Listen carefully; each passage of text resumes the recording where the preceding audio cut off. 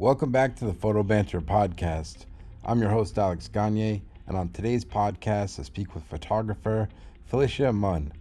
Phylicia has worked with clients such as Airbnb, Netflix, Apple, and The New Yorker, to name a few. In this interview, I speak to Phylicia about working for almost 10 years in the finance industry before pursuing her passion of photography. I also speak to her about some of her recent projects, shoots, and like how she kind of made the transition from working in finance to pursuing her passion of photography, and so much more. She's accomplished so much in a short period of time being in the photo industry, so I was excited to talk to her. So I hope you guys enjoy, and thanks so much for listening.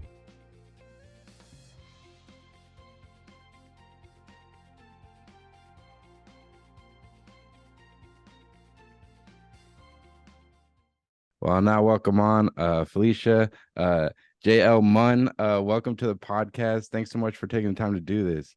Yes, thank you, Alex. This is great. I've listened to your podcast several times before, so I'm happy to be on here and appreciative that you even thought enough of me to ask me about what I do. So happy to be here. Oh yeah, definitely. Like I've been following you on Instagram for I think a couple years now, and I've definitely seen your work, and you've definitely been doing some really cool stuff, and it's kind of been cool to kind of watch your growth even just in the last couple of years on Instagram.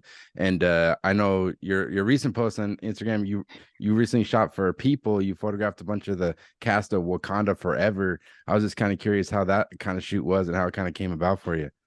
Yeah, that shoot was amazing. For anybody who doesn't know, I photographed 3 of the cast members for People magazine. It was Lupita, Denai, and Letitia. So the 3 of them together. It was a very quick shoot. It was actually part of their press junket time frame. So People was allotted, I think, like 30 to 35 minutes, and they had to split that between photo and video. Yeah. So I knew I wouldn't have a lot of time to photograph them, but wanted to make the best of it. I ended up having a little less than 15 minutes. But I think we got some really good photos out of it. In terms of how it came about, one of the photo editors, Gladys from People, reached out to me. And I said, of course, I would love to be a part of it and photograph them. And I would say I found out maybe a week before, maybe a week to a week and a half before. So it was a pretty quick turnaround in terms of finding out about it, but still waiting to see if I would be confirmed. And then once I was confirmed, pulling together the pieces of like the team, what the creative would be, where it was actually going to be. It was in a hotel conference room, and how we would like handle that situation, knowing that we wouldn't have a lot of time. But the response I got from those photos was like much more than I was expecting. Oh, really? I got a lot of really great feedback and a lot of traction. I think that's like my highest performing post to date on Oh, Instagram. wow, that's amazing. Congrats. Yeah, so that was a big surprise when I posted it, and the reaction started rolling in, and I was checking the numbers. I was like, oh, this is actually performing very well. I was not expecting that. No, that's cool. Do you kind of enjoy those shoots? Like the challenge of like you only got like a limited amount of time. Do you kind of enjoy that challenge? Whereas like obviously you prefer more times to do more setups and whatnot, but do you enjoy those shoots where it's kind of like pretty quick?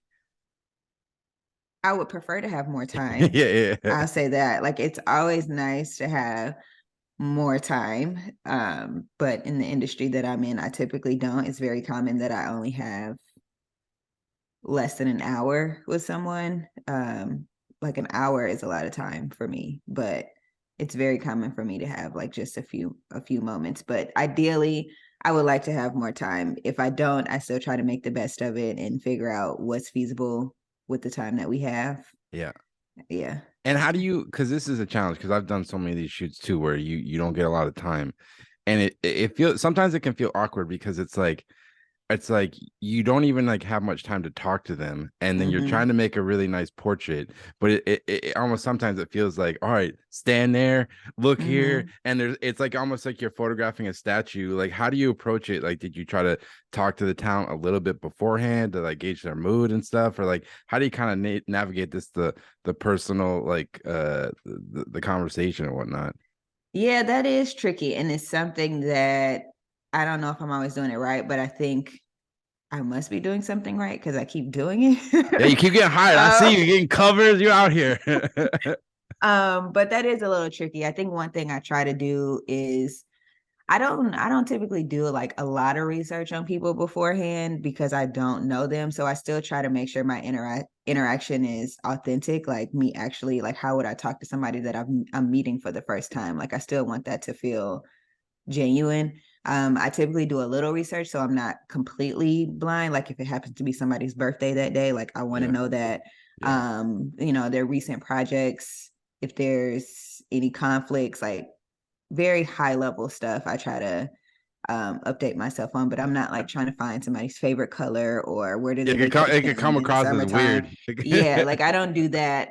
So I try to find whatever high level things I can find. If there's something recent that they've done, I may use that to start the conversation. Like, oh, I saw you just recently did this, or oh, like for example, Letitia's birthday was 2 days. We did the shoot, and her birthday was October 31st. Mm-hmm. And we did the shoot 2 days before that. So like I knew that, so I was able to tell her happy birthday. Things like that kind of help just make an introduction beyond saying hello. But it is something that I just have to figure it out as I go on the day of because every personality is different. There are some people like I'll meet them and they're very standoffish in the beginning. So I may try to say hello and speak. They may say hello and then I can kind of see they're more reserved. So I'll give them some space for a second and then I'll try again. Mm-hmm. I'll come back and try to make more conversation. And so it really just depends. And it is a balance of speaking to someone and like, hey, I'm Phylicia, I live in LA, but I'm from Atlanta, or, just having like general conversation. Or if they mention something, like how would I respond naturally if I'm talking to friends or if I'm talking to somebody I just met in the grocery store. So I still very much try to be myself. And I think that helps with making people comfortable because I'm not, if something isn't working, like I'm like, this isn't working. We're gonna do something else. Like I'll just say I feel like for me, like I feel like that's like the biggest skill as a photographer is like being a good communicator and like being able to approach people you never met. Like, have you always been kind of comfortable just kind of dealing with strangers and kind of working with them and being able to communicate, or is it kind of something you feel like you get better at year in and year out doing this? I guess. I don't know. I mean, I consider myself an introvert. But one thing I learned about introverts, I like read it somewhere, is that some introverts can like fake it when they're out in public. Yeah. And I definitely think I'm one of those people who can like fake it. Like I'm a people person, but really I'm actually very introverted.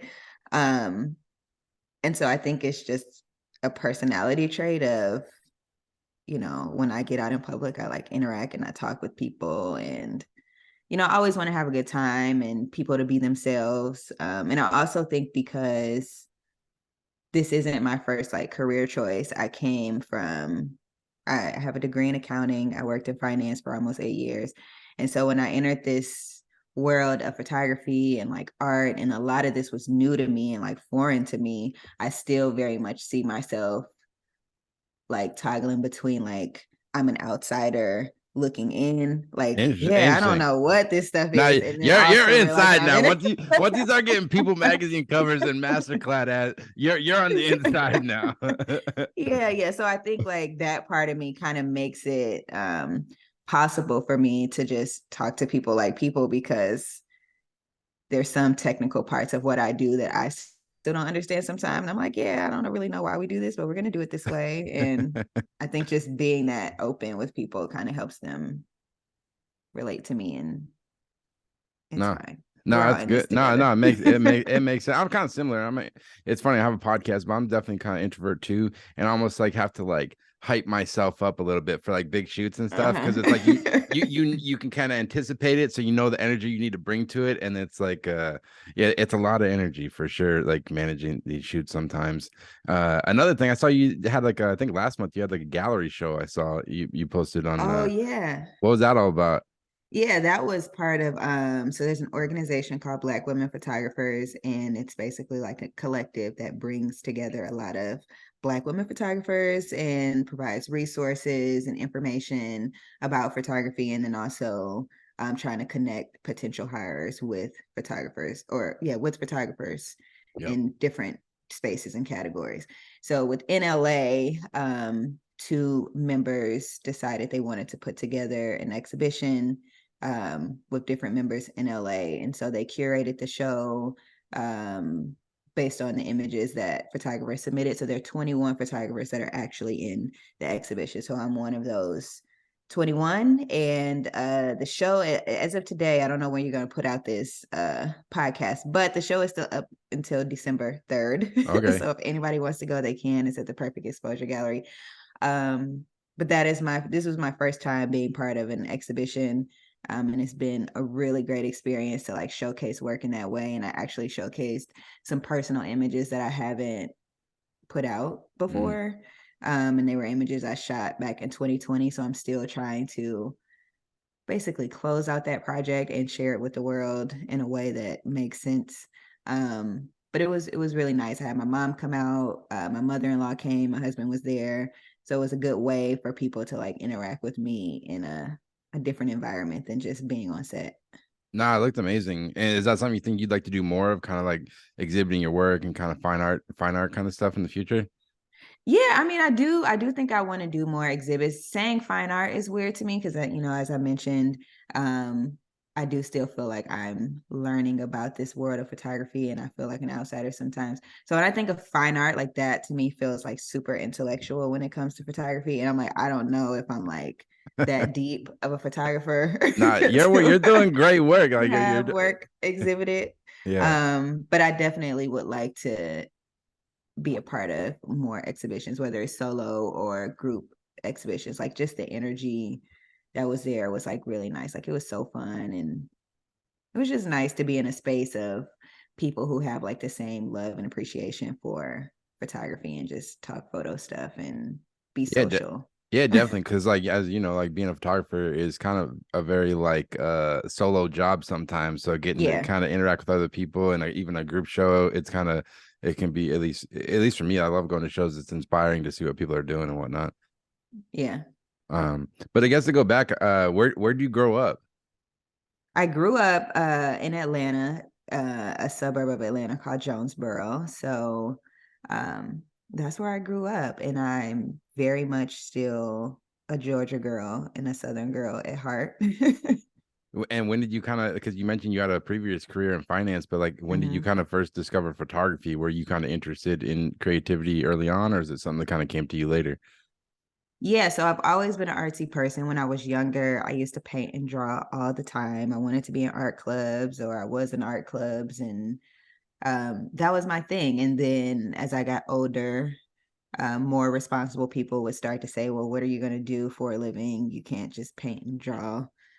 And I didn't really know. So that kind of started the path of me figuring out like what I was going to study in college. Um, and literally the way that I decided to study accounting is because I went to talk to my high school counselor, one of my high school counselors, and they're like, well, what are you going to major in? And I was like, well, I don't really know. Like, is there a list? Like, can you show me what the options are? Like, I had no clue. Like, my parents went to the military right after high school. So the experience of college in general was like very new to me. So when they asked me, well, what do you like to do as a base to figure out what my major would be? I said, well, I like money and I like math. Like math is my favorite subject. And so the counselor was like, okay, well, you should major in accounting. I was like, okay, what's that? And so I took like an elective in high school. I got an A in the class. I was like, all right, I guess I'm good at it. So I'll be an accountant. Like it was no real thought for real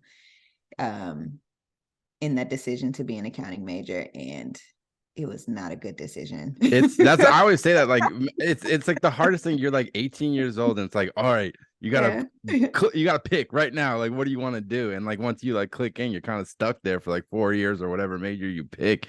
So it's like the toughest decision. I don't know, they should figure out a different way to do college where you can really just kind of discover exactly what you want to do, you know? Yeah. And I went to school for accounting.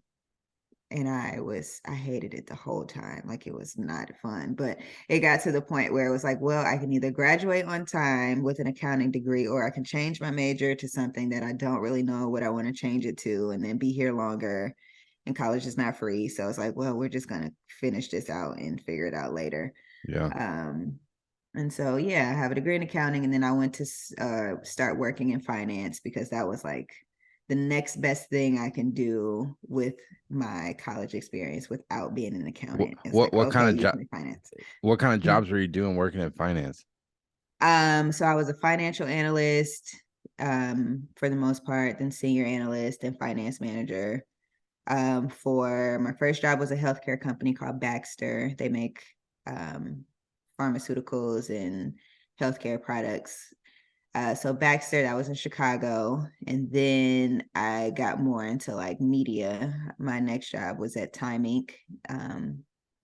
They aren't really around anymore. But Yeah. at the time, I was in New York. I moved to New York. I worked there on different magazines, part of like ad sales revenue and like tracking revenue for different parts of the business. And then after that, I moved to Atlanta back home, and worked at CNN for a few years. Wow. So you got a lot of experience, a lot of interesting jobs. Like, Yeah. and like in the back of your mind, like you're working these jobs, like was the dream to be a photographer? Or was that kind of something in the back of your mind? Or like, how did you get to the point where you leave finance? Because that's like, I think that's the biggest hurdle for anybody, especially the older you get. It's hard to like, once you have a stable career, to make that jump into like doing something you love. Because as you know, like photography, it's not something like you just turn on a switch and the jobs start coming. It's a slow grind. But like, Right. how did that kind of process work for you? Yeah, very true. So for me, no, I did not know I wanted to be a photographer. So I knew I was always creative, and like looking back at the different jobs that I've had to where I am now, it's very easy for me to connect the dots and see how I always gravitated to more creative jobs. And even in college, so to go back a little bit more, when I was like an artsy kid, when I started to make that transition from like actively painting and drawing, I started taking pictures with like disposable cameras. Like, to me, that was like the easy switch. Like, I still needed to express myself visually some way. And it was like somehow I got attached to a disposable camera, and I was like, oh, this is a way I can do it. And it's much quicker. And I don't have to like sit in a class. I just carry this around. And then when I graduated from high school, my dad got me my first point and shoot camera. And so I took that to college, took pictures all the time in college. I photographed Barack Obama's first inauguration Wow. because I went to school in DC, and I lost that camera and all the pictures. So I say Hey, this anytime how'd you lose it? Where do you think it went? Like, I know where it went. I I was on spring break in Miami my senior year of college.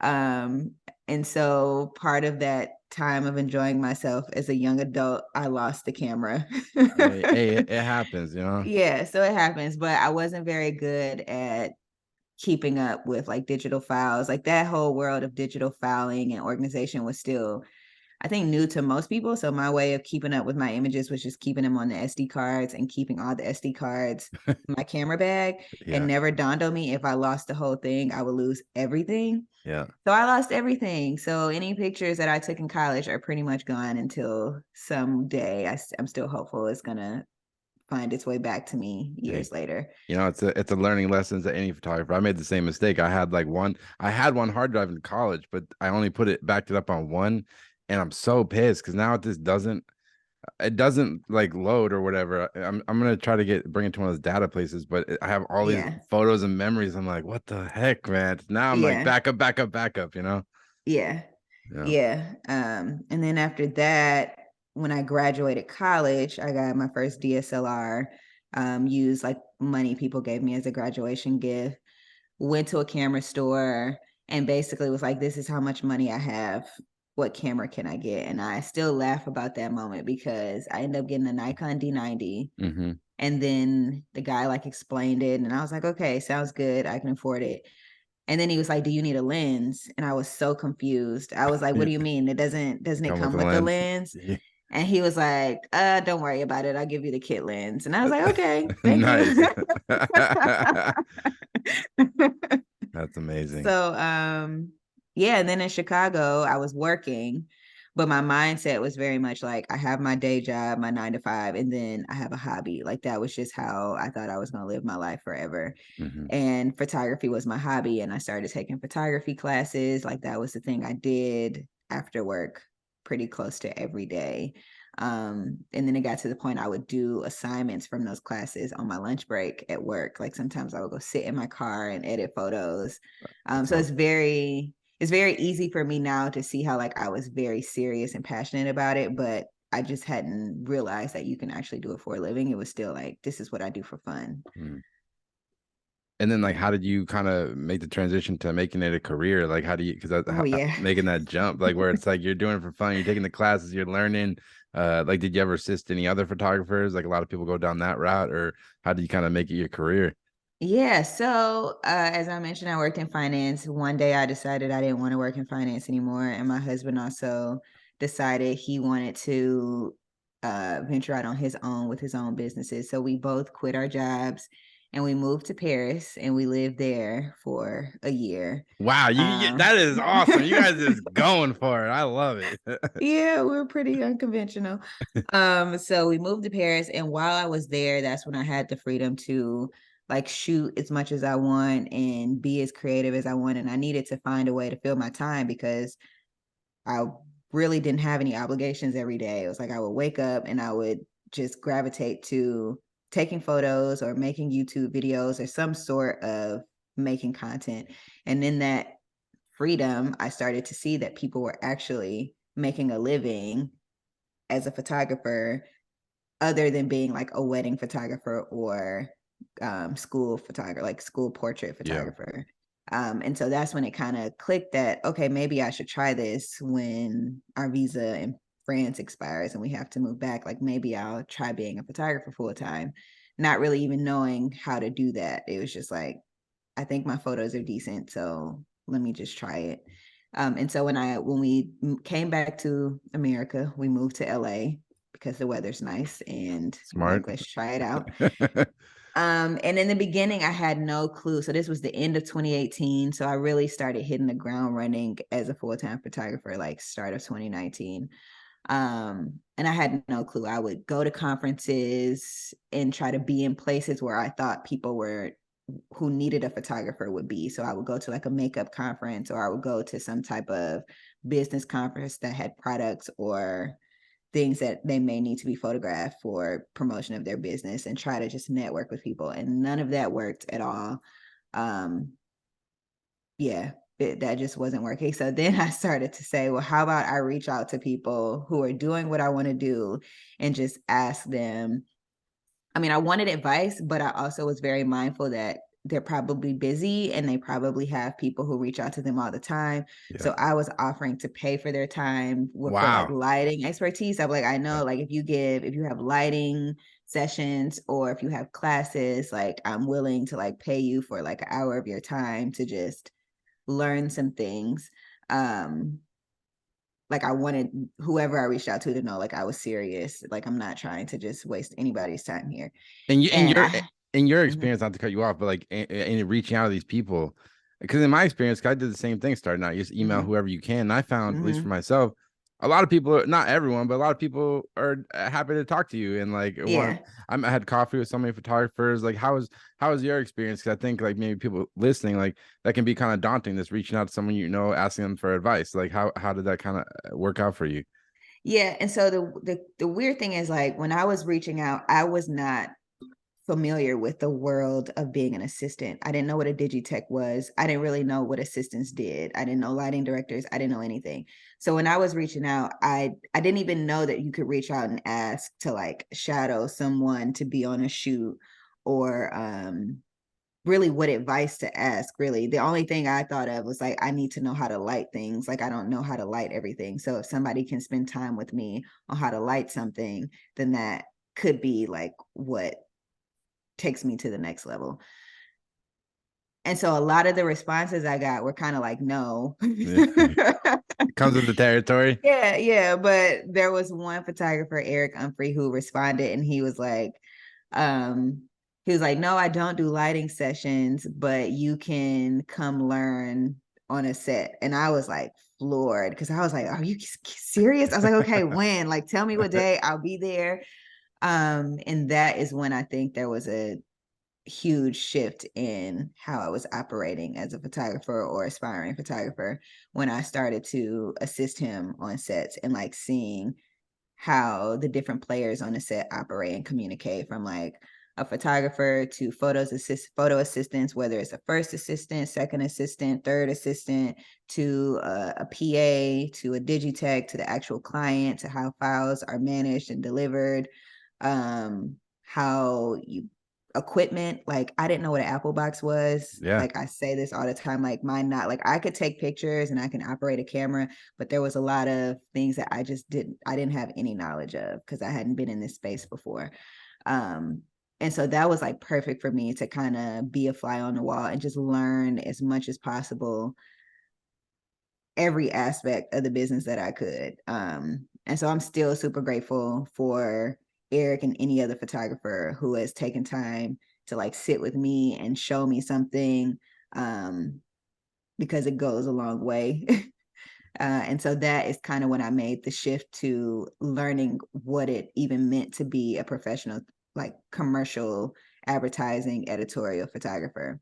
Because like at this point, were there like photographers' work that you're kind of looking at, admired, or like were you kind of looking at all types of work, or like where's your kind of mindset in terms of the work you wanted to make like early on getting into this? I would say at the time I wasn't, because I was still learning about photography in general from like just every point of the spectrum you can think of. So at that time, if you had asked me who my favorite photographers were, it would be very different. Like, my answer would be very different right now because I just didn't know very much about it. I didn't know hardly any photographers. It was just like everything. It was a new world for me. I was like, people like the billboards that I'm looking at, like a person shot that, and that person is right over there. Like, I was still putting the pieces together. And so really my love and desire for photography came from just me being a very visual, artistic person. It was like that transition of, oh, I used to paint and draw, but now I'm going to create the visual imagery I want to create with a camera. And so I would have ideas related to just artistic things that I wanted to try, but with the person. And when I started, I was terrified of taking pictures of people. Like, when I first got my DSLR, I never wanted to photograph people. Like, Wow. I always would want to photograph landscapes, architecture, something that was not a person. Because I just was not in a place to receive like negative feedback. Like, I would be terrified that someone would hate the picture. And that fear probably came from, so when I started, let me backtrack one more time. Yeah. When I got my first DSLR and I started taking photography classes, before the first class, they sent out a message. They used to send messages of people looking for photographers. They were on like tight budgets, and they're like, anybody who can either shoot something for free or $400. Mm-hmm. And so somebody sent out a message looking for a wedding photographer. I had never operated this camera before, but in my mind, I'm like, I know how to take pictures. I turn it on, it'll be fine. And so I get there, like the night before, I like research like how to take wedding photos, like what are key shots you should get. But I didn't really fully understand how to use the camera. So I get there and all the pictures I'm taking, they're black. Like, every picture. And there was supposed to be a second shooter that was the primary photographer, and they just wanted me to get additional photos, but that photographer was late. And so I was the only photographer there, and people were looking at me to take all the photos. Like, I'm in there with the bride, she's getting dressed, I'm taking photos, and nothing is coming out. And I'm just like, you're doing great, you look good. Like, I didn't want to like freak her out. I didn't want to tell her. I couldn't call the school because they weren't open yet, because it was like 7 a.m. or something. And I'm like, oh my gosh, I'm taking all these pictures. And they're like, when she starts to walk down the aisle, can you get photos like this? I'm like, sure, we can do that. Then finally the photographer shows up right before she's about to go down the aisle. And I was like, here, can you just take my camera and just set it to whatever settings it needs to be so I can get a picture? Because right now everything's black. So he sets it and I kind of follow his lead. And after that, I was pretty much terrified of photographing people. And I stopped photographing people aside from like family and friends for a long Wow. time. Yeah, it's kind of one of those things like you just kind of got to go for it sometimes. So I would imagine, at least for myself, like I'm sure there's jobs you're doing now because you're doing bigger and bigger jobs, and Yeah. everything's new, and it's still there's always like with the photography, you're continually learning, and it's like you're never going to be 100% ready for everything. You kind of No. just got to go for it. Because like I had that feeling one time, someone hit me up to do like some video job, and like I hadn't done a ton, but like I knew enough, and I was like, I did the research, and like it wasn't my best piece of work, but I got it done. And it's like it's those opportunities, and you just kind of I feel like you just got to put yourself out there, and you kind of slowly build, right? Yeah, yeah. And I still do that. Anytime, like just thinking of how I've progressed, I've had a lot of growth spurts, sometimes multiple growth spurts at once. Like I think I figured something out and then there's something else that I need to adjust and change. And so really how I approach that is I usually like once I hit a point where I need something, that's when I get it. So there was a point when I didn't have insurance and then I did a shoot and I needed insurance. So I got insurance that day. Yeah. Um, like any point where I saw that there was a need or like lighting equipment. There was a point when I didn't have my own lighting equipment and then there was a shoot or probably after so many shoots of going to rent one light every now and then, I was like, okay, I probably should have at least one light of my own, one light modifier of my own, one C-stand, one sandbag, like one thing that if I have a last minute shoot, I have a light that I could use. Yeah, and that's pretty much how I've approached my growth spurts is once I hit that point and Yeah. I see it, I make the adjustment. Like sometimes financially it may feel like a huge leap, but I also understand that if it's the right thing to do, then I need to do it and it'll pay for itself over time or it'll pay for itself for with whatever shoot that I'm working on at that Yeah. moment. Yeah, it's the stuff that makes your job easier. And it's like Yeah. you realize I did the same shit. Like there was years where I kept renting the Canon 70 to 200 millimeter lens. Cause I was like I was like just photo assisting, wasn't making any money and like buying a $2,000 lens. I just never had $2,000. And I kept like having to go give them like $150 every weekend to go rent this lens or whatever. And I finally got to the point I was like, no, I'm just buying this thing. Cause not only do I just need it, but I'm just wasting so much time just driving back and forth, dropping off, picking Yeah. up. And Yeah. it's just it's growth spurts, like you said. It's just slow, gradually you get bigger. And what were kind of like some of the first clients you started working with once you started getting like assignments for like magazines and companies, I guess? Yeah, the first few. So I didn't get my first assignment until 2020, like mid 2020. I had been shooting on my own since 2019, showing work. And I would say the first few, I keep trying to tell myself to look and see who was actually the first one. I don't know for sure, but they were around the same time. But it was Teen Vogue, Vanity Fair, and Hollywood Reporter. Wow. Um, those were like my first few assignments. Um, all very special and I was gonna say joyous, but the Teen Vogue one it was mixed emotions. So Teen Vogue, I photographed. It was a Pride march for Black Lives Matter, and so that one was mixed emotions because I was happy that I was like getting published. Like finally, I have a client. I'm getting published, but then also the subject matter was a little emotional, Yeah. and it was like I didn't necessarily want that to be the feeling of one of my first publications to be something that felt sad or traumatic. So that was mixed emotions. Still happy for the opportunity and you know, I did it. So hooray. And then the other two, Vanity Fair was very special for me. It turned out to be a spread in the magazine that was huge. It was a no name for Vanity Fair, and it was in their September issue that had Breonna Taylor on the cover. So that one to me was special because it was the first one that I was booked based on like my own creative expertise and not necessarily like on assignment shooting somewhere. It was like putting together a mood board, doing location scouting, thinking through wardrobe options.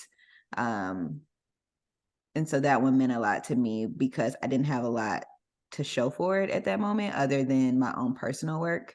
And so the fact that they were able to see in my personal work that I could execute to their standard, I don't take that lightly either, because I definitely didn't think I would shoot for Vanity Fair at that moment. Yeah, because like what did your first portfolio look like? Because I think that's like the hardest thing is like getting that first assignment. Like, what did your book look like? Because like before you said you didn't really like shooting people before, but like what did that kind of first portfolio when you first started getting assignments look like?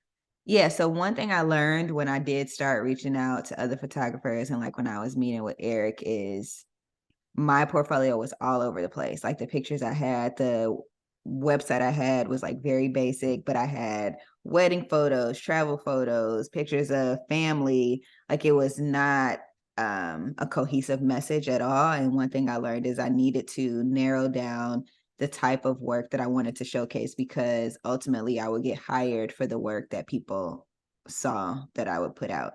And so I spent a lot of 2019 just shooting for myself with the intention of crafting a very intentional portfolio. And so that meant me doing test shoots, getting models, finding a makeup artist, finding a stylist, or styling them myself, and just going out around LA or wherever I may be and just trying to get some shots that were in line with the type of work that I wanted to shoot. So I'm very artsy still. I still like to create imagery that's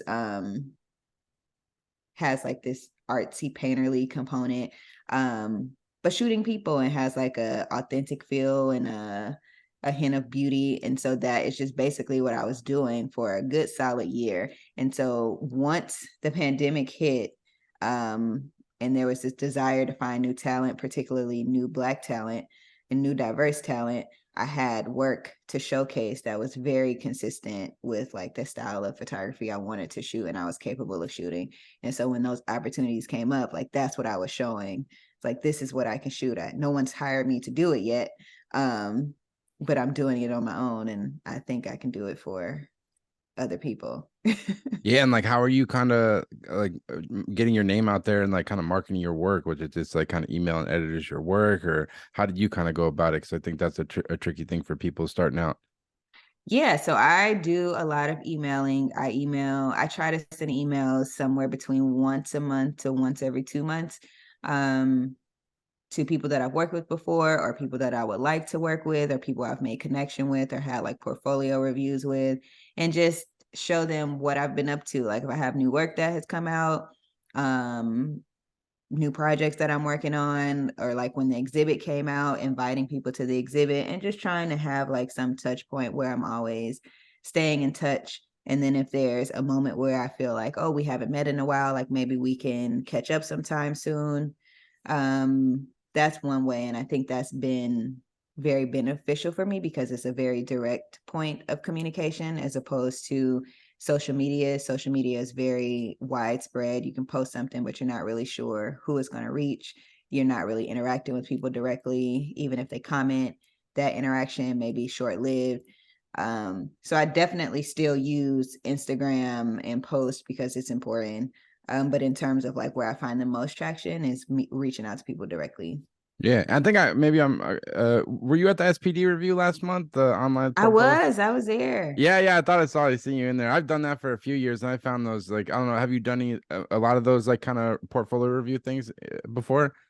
I have, so SPD, like in terms of like formal reviews, where it's like an organization that brings people together. I've Yeah. done SPD, I've done Diversify Photo has had some portfolio reviews. I've done that.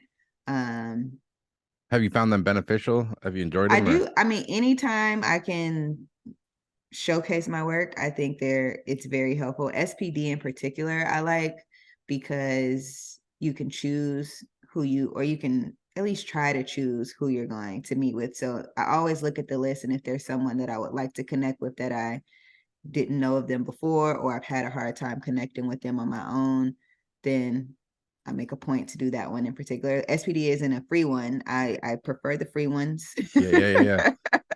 I always prefer the ones I don't have to spend money, but I do think SPD does a good job to justify Yeah. you having to pay money. Yeah, I will say they are the most affordable out of any of the other portfolio ones I've done, and I agree. They do a really great job. The people that run it, Keisha and Chelsea, they do a great job organizing it every year, and I always look forward to it. And I've gotten work from those things, and yeah, it is an investment, but like you said, anytime you can kind of get in front of people, I think it's a good thing because I feel like I learn a lot just like hearing like what editors want, like what magazines are looking for. Like even this year I found some magazines like, hey, if you have work that you want to pitch, like some magazines are open to that, and it's hard to know unless you talk to those people. I think that's the hardest thing, you know. Yeah. Yeah. And then one thing, being a photographer, like trying to find your voice and like creative style, it's a real hard thing. Like did it kind of take you a while to kind of find your groove and like how you want to approach your like creative aesthetic, or is it something you're still kind of building on, or like how do you kind of view your approach to your work, I guess? Yeah, I definitely think I'm still building my creative aesthetic. I have people who come to me and they can see consistencies within the work that I create. I think I'm probably harder on myself though, and I look at photos and I'm like, not really sure why I did that, but people seem to like it. But there are some like components that I try to make sure I always have in my photos. Like I like for people to look natural. I like I would say the overall goal when I shoot a photo is like when you look at it, you see a person and not a picture. And that person draws you into the image. And so I definitely feel like I'm very much still a portrait photographer because I like to connect with people and like photograph them as authentically as I can. There are other components that I like to include in my image. Like I like color. I absolutely love color. I feel like there's a gazillion colors in the world, so we might as well use all of them. And so I usually try to stay away from like gray and white. Those are the two that I wouldn't say are my top favorites when I'm thinking of how I'm going to shoot something. I'm always looking for really bright colors. And then, yeah, I mean, I don't have a way to like fully explain it. I like for it to have like some texture to it. I like for it to have like some variety, but also be minimal. Like I don't like a lot of things that are distracting in an image to the point where you don't see the person. Like I want it to see the person, but then I also want it to feel like it's artsy. So many times I may have different tricks and things that I try to complement the person and amplify them in the image, like something else to bring to the image. So it just really makes them pop more. And are there like shoots where you go into it with like an idea in mind, and for whatever reason you try it and it just doesn't work, and you kind of gotta switch up on the fly, or like how do you kind of deal with that creative process? Oh yeah, I feel like that happens all the time. So for me, I spend a lot of time in pre-production or like the time before the shoot to prepare and think through what the plan is, what the setup is, how much time do we have, how many setups can I do within that time, what shots do I think the client would like, and then what shots like what I absolutely love to do, but I'm not really sure how it's going to work out. So I usually have at least like one setup that I do where we'll figure it out on the day of. Yeah. I Yeah, it's say, like one for them, one for you. yeah, I say most recently I did a shoot for the Hollywood Reporter. It was with Viola Davis and Gina Prince by the Wood. Gina is the director of The Woman King. Viola was one of the stars of The Woman King.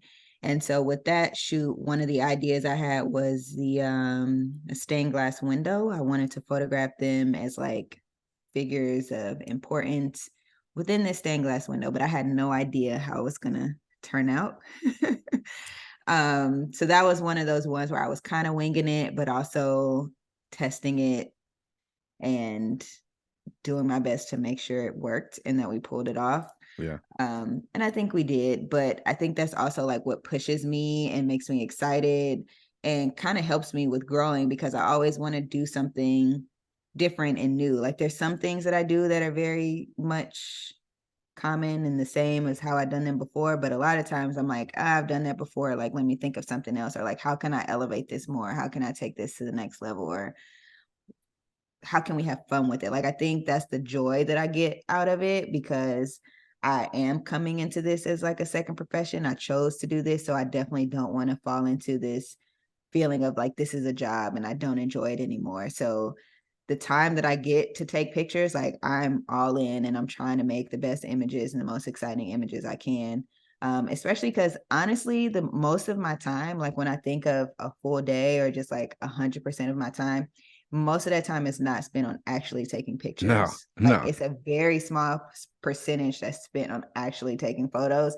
And so when that moment comes, is like, I want it to be the best experience that I can think of, whether that's what I'm creating or how I'm interacting with the person, or just overall, like, making the most of it. So I'm constantly like pushing the boundaries of what I think I can do, and sometimes like overselling some of my ideas. And then I get into the space and I'm like, how did I talk them into doing this? I don't know, but we gotta figure it out. I love that. You know, that's half the fun of photography. You just got to keep tinkering and trying new stuff and see what happens. Like sometimes it'll work out, sometimes it won't. But that's just part of the process, I think. So that's great to hear. And you know, one shoot I was excited to talk to you. You had the opportunity to photograph Amanda Gorman for, I think it was Masterclass ad. I was just kind of curious how your experience was that, and with her. Yeah, no, that was a great experience. That setup was actually very tricky because there ended up being some space issues at the studio that we were shooting at. So we needed to set up outside in the parking lot. And for a masterclass, many of the shoots are shot in tandem with the actual production of the class itself. Mm-hmm. And so our setup needed to be outside for several days. So I remember when we were in talks with like production on how we were going to pull this off, and just like making sure, like, we need to make sure there's security because the equipment's going to be outside. And then also, like, what's the weather going to be like? Because it's LA most of the time. We have nice weather, but in the event that it rains, that's not an ideal place to have the outdoor setup. So that was probably the trickiest part for that particular shoot, was the setup itself being outdoors. But once we figured that out, like working with Amanda and her team, like it was fine. I mean, I only had a few minutes, which I mentioned is common. So I probably had about 10 minutes. Wow, you got each good stuff. day. You got good stuff with her Yeah. for 10 minutes. That's amazing. Yeah, so it was very fast, but it's one of those things where I think I've kind of gotten used to it. And for anybody who's listening to this and that hires photographers or looking to hire me, I can shoot people in 10 minutes, but I would prefer to have more time. So I'm not at all saying this to say, oh, I'm very skillful at shooting people in 5 minutes. Yeah. So hire me for that. Like, no, please give me more time. Give us the day. We want the whole day. Let's do it. Let's do it right. And you know, the one thing, like when you go from like shooting editorial to making the jump to shooting like advertising with Masterclass, was that kind of like, was it kind of like a tough thing? Because obviously with advertising, there's a lot more moving parts. It's a bigger cruise. There's more involved. How's that kind of process once you kind of start doing bigger and bigger productions? I would say I approach it the same way in terms of preparation. Yeah, I don't think I approach them differently. Like, from the beginning, you reach out, somebody reaches out, I find out about the job, I find out like what the baseline information is, like what's the location, do I need to choose a location, how much time do I have, do you know what the person is wearing? I always ask like what the person is wearing. Sometimes I can find out ahead of time, sometimes I can't.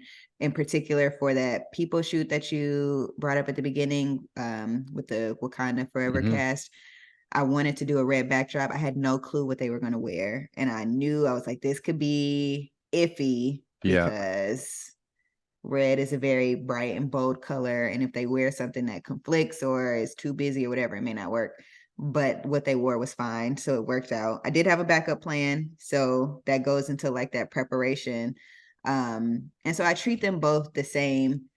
I would just say with bigger commercial advertising jobs, there's more time to prepare compared to editorial. Usually there isn't as much time for me to prepare, and the turnaround time for the images is much quicker.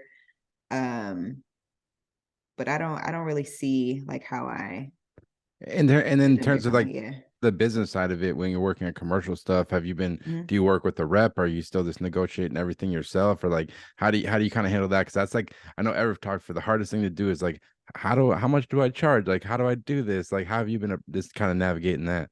Yeah, so I am independent. I am not rep by anyone. So I am doing the negotiations myself. And that's still something I'm figuring out. I would say like I lean heavily into like community when it comes to that, like people I know who have been in that position or have done similar shoots. If I ever come up to something that I'm not sure how to either price it or how to phrase particular like usage terms, like there's someone who's done that before that I know, and I can reach out and ask, like you mentioned, I guess before we started this conversation, Joe Pug, like he's been a very helpful resource.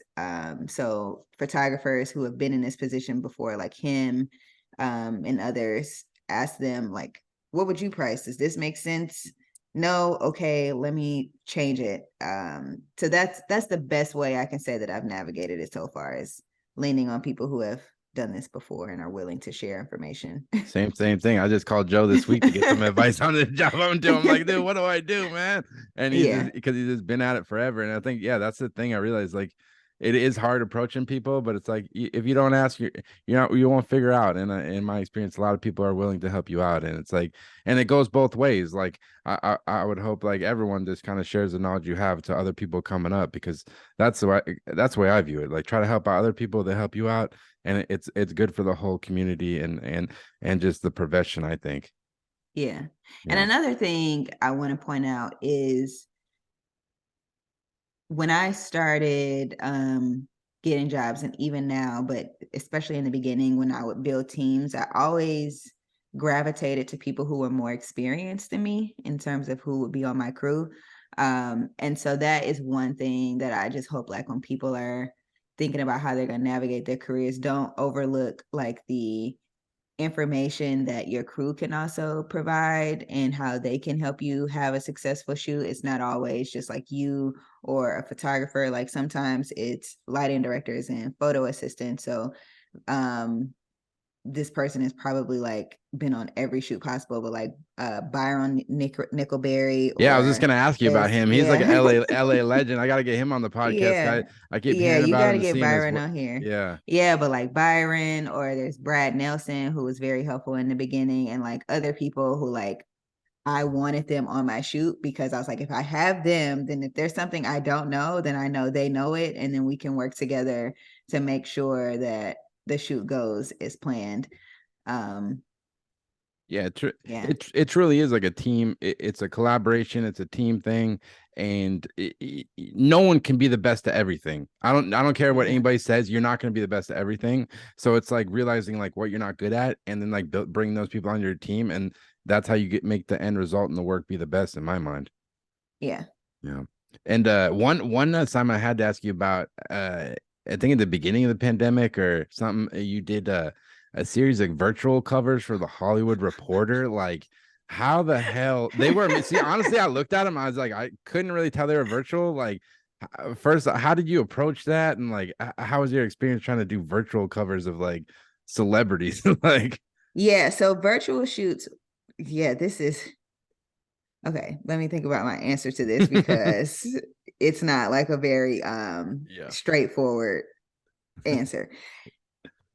When the pandemic hit, like many photographers, I was sitting at home, or like not even photographers, anybody. We were all sitting at home because the world was shut down, and I needed to find ways to use my time and be creative. So I started out shooting self portraits of myself for a very long time, and then I got tired of that.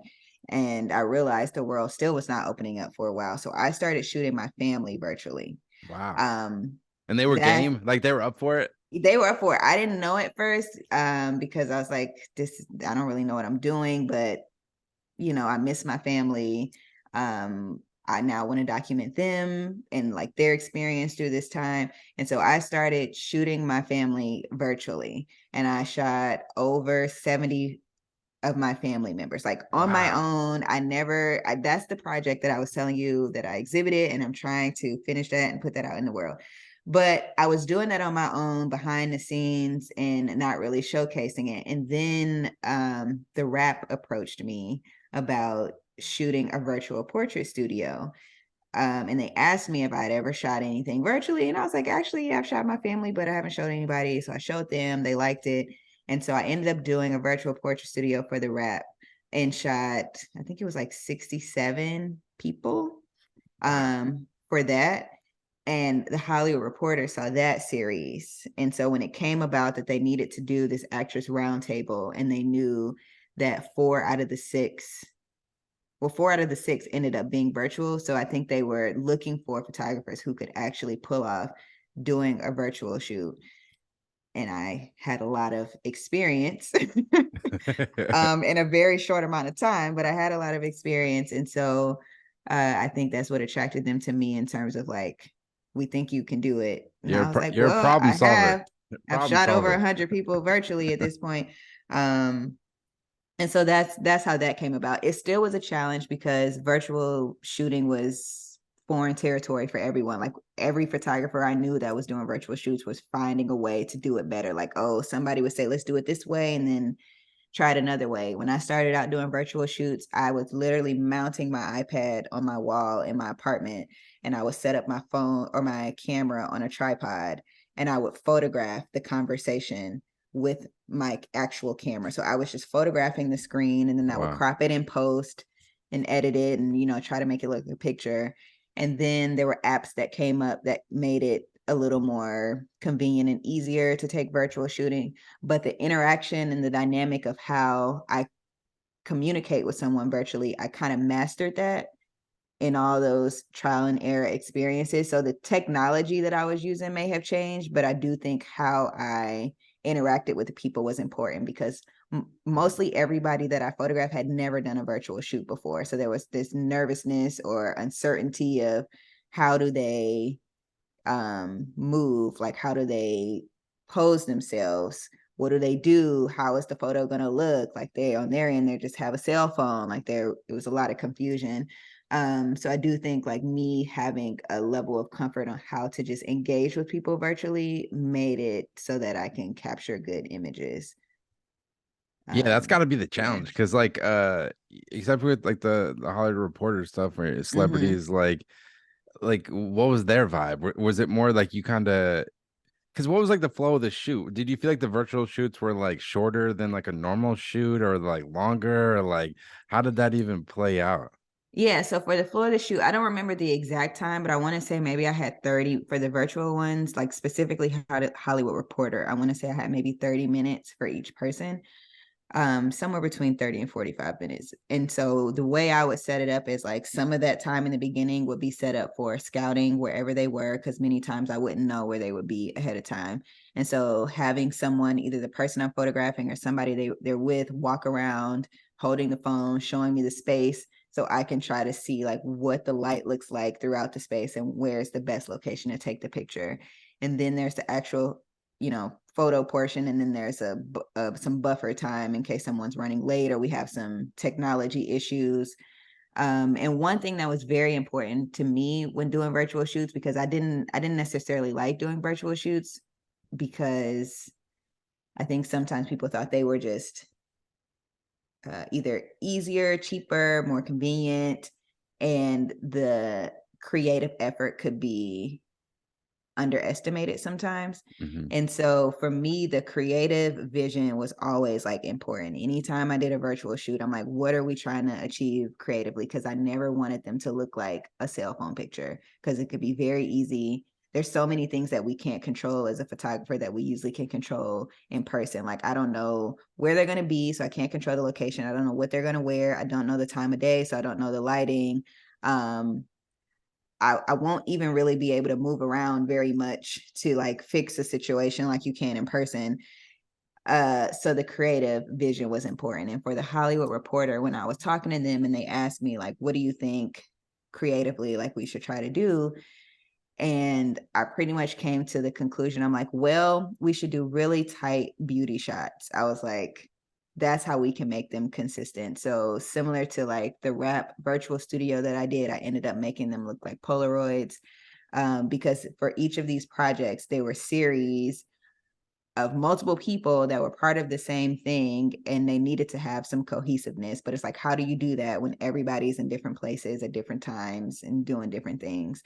So for the Hollywood Reporter, the vision was really tight beauty shots of their face, because I'm like, they're all recognizable. We can control that they'll have a face. That's what we're going to do. And then I realized technically that became challenging.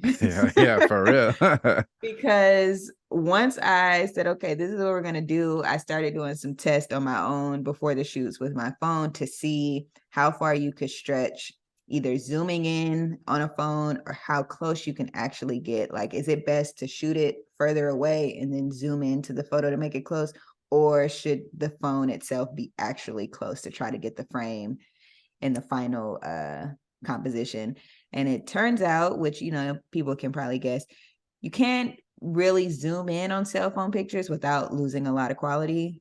And so zooming in wasn't the option. So I realized I needed whoever was holding the phone to actually be close to the person. So we wouldn't have to zoom in either at all or a lot. And then even in the back end, once we were done with the pictures, the size that we could actually scale the picture to on the cover was limited. So I think the Hollywood Reporter did a great job in how they did the layout to account for how large we can actually make it without losing so much quality, but still making sure the covers itself look good. So if you were to see the covers, you'll see that the pictures themselves aren't the full cover, like they're a portion, and then they did some graphics around the rest of it. It looked great. Like I said, I couldn't really tell. I was like, maybe they're in person, maybe they're not. They're like, they came out great. Like, hopefully we never have to do virtual shoots again, or unless that's your thing, follow your creative passion. Yeah, no, I don't. At this point, to me, it's like a plan C, maybe a plan D if it came out to a shoot. It's another skill. Yeah, it's another skill, and that's a skill that I didn't have beforehand. That was a skill that I just came up with out of necessity, because of the world we were in. So that's one thing I've learned is like, I roll with the punches. I figure it out as I go. So anytime like somebody has a question or they're wondering how to do something, or they think like they have to know everything at one time, like my career really was built off me learning to do things that haven't been done before, because a lot of my career grew in a pandemic. It grew in a world where things were not operating like they normally do. So any advice that I had received beforehand didn't necessarily apply anymore. It's like, okay, usually people market themselves because they send mailers. Well, I can't send mailers anymore because nobody's at work. They're at home. Oh, okay, we have to do virtual shoots. I don't know how to do that. Let me figure that out. So it's wild. Yeah. But I guess to wrap up, like it's impressive, like what you've accomplished in such a short amount of time. Like your work's incredible, and like everything you've done. I guess what's got you excited, and like what's next for you? Like kind of any goals for the future, I guess. Yeah, I always have goals. Some of them are like very specific. Some of them are loose. I would say just an overall like general goal is for me to be intentional on like my voice in images and be consistent. So when people see an image, they know it's something that I photographed. And I guess when I see an image, I'm happy with how it's photographed, because that can be hit or miss sometimes. But just having like a consistent voice in my photos. Well, I can't thank you enough. I really appreciate it. It was great talking to you, and really excited to see what you create in the future. And thanks so much for taking time to do this. Yes, thank you too. Thank you again for having me on here. I hope I wasn't rambling too much and that the information that I said was helpful. If anybody has more questions, like feel free to reach out to me. Like I don't mind like talking with anyone outside of this podcast. So perfect. Yeah, when I post it, I'll link your website and Instagram and everything, and everyone can go follow you. But thanks again. Perfect. Thank you. So there you have it. That was the Phylicia Munn interview. Just want to thank Phylicia so much for taking the time to come on the podcast. It was a real pleasure talking to her about her journey with photography and how she made that transition from working in finance to doing something she loves. I think that's something a lot of people can relate to, kind of making that jump into a new career path and kind of following your passion. It's not easy, but really great to hear her story and everything she's accomplished thus far. Really great work she's making. So I can't thank her enough. Definitely go check out her website at PhyliciaJphotography.com, as well as her Instagram at Phylicia J Photography. I'll put her links in the description, but definitely go give her a follow. She's always posting up new work and different projects and whatnot. So can't thank her enough. And as always, thanks so much for listening, and take care.